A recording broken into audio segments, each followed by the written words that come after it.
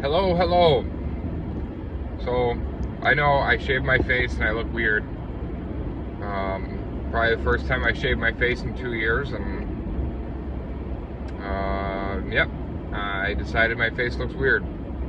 But that's not why I'm talking today. I want to talk about morals. And my morals are strongly telling me to never shave my face bare again and for me to get a haircut because this do is done. But anyway, what I really want to talk about is actual morals and how it affects your everyday life and how it affects your decisions. You know, I'm a big Chicago sports fan, you know. I love the Cubs, I love the Blackhawks, I love the Bears.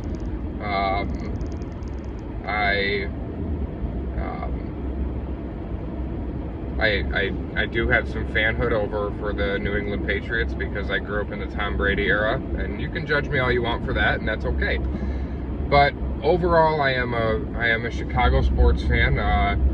You know, love the Blackhawks. The Blackhawks probably stood out to me more than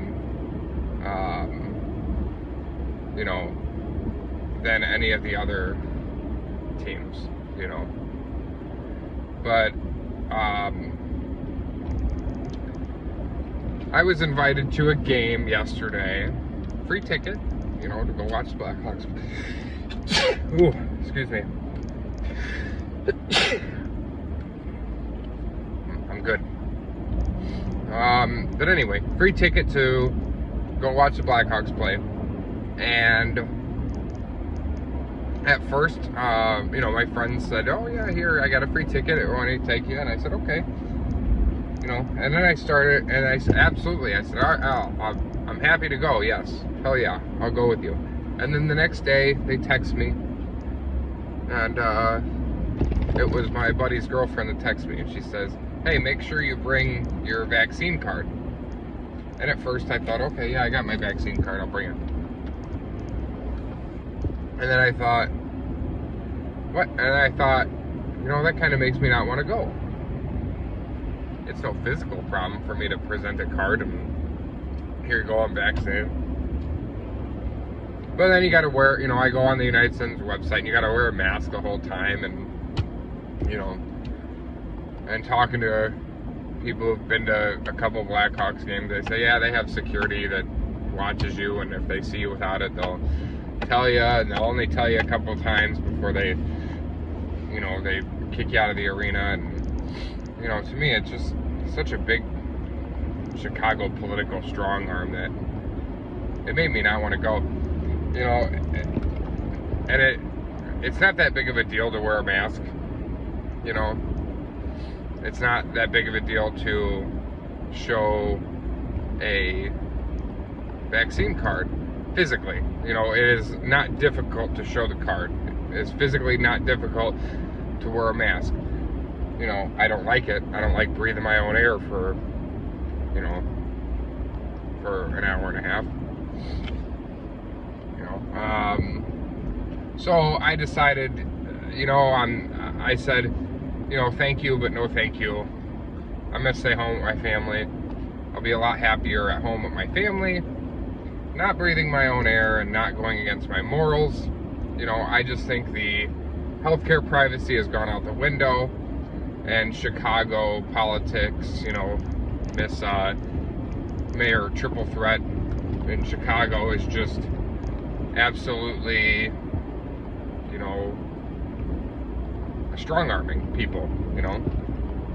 And the city is losing population, you know, the city is losing residents and, you know, businesses and, you know, everything to, you know, it's only hurting them, but, you know, that's beside the point. You know, and then, of course, you know, Chicago had, the Blackhawks in particular had this scandal where the video coach, you know,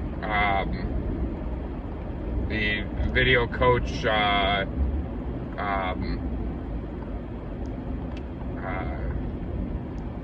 threatened to or did rape one of the rookie players trying to make the team by holding a baseball bat against his face and, you know, kind of having his way with him. And the team kind of covered it up, and the video coach, what was his name? Ryan Beach or something? That was the player's name. I could be wrong on that name. I keep getting the first name wrong.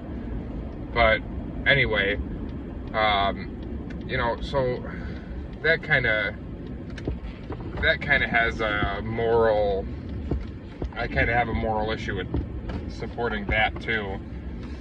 You know, the team kind of covered it up. This was in 2010 when they were making their Stanley Cup run. You know, so the team kind of covered it up, and you know, Joel Quenneville he was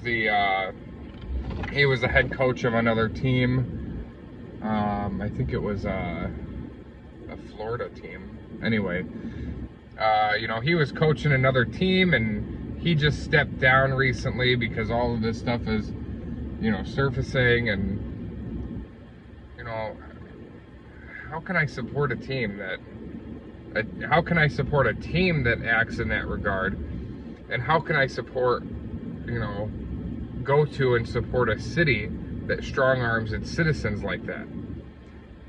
You know, the whole thing went against my morals, and you know, my friends were real understanding. I just told them, you know, I can't do it. You know, I gave them the reasons. They were real understanding. You know, I have great friends. I love my friends. They're always understanding of me. You know, a lot of us have different beliefs, but that's okay. That's fine. That's what makes us all human. We're all a little bit different, and I think that's a good thing. So anyway, my point is stay true to your beliefs. You know, there are some people that aren't going to like it, and some people who are going to judge you for it. But ultimately, those that matter in your life are going to accept you for, you know, who you are and what you believe in and what you stand up for. So, and I do believe that there are more common sense, smart people in this world and in this country than not so smart and common sense. So I think if we all just stick to our morals and stick to our values, there are going to be more common sense, you know, good moral people than there are the opposite. So, you know, I think it's time that we stop, you know, people stop bending knee to the government and other organizations because they don't want to miss out on things that, you know, they otherwise wouldn't miss out on if they, you know, bend knee and accept being strong-armed. And I think the more people that do that, the more,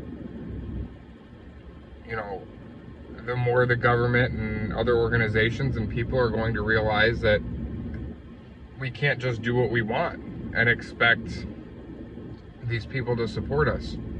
And they're going to be the ones that start bending knee and giving in to the people with the right morality. So that's all I wanted to say. Sorry you had to look at this weird face.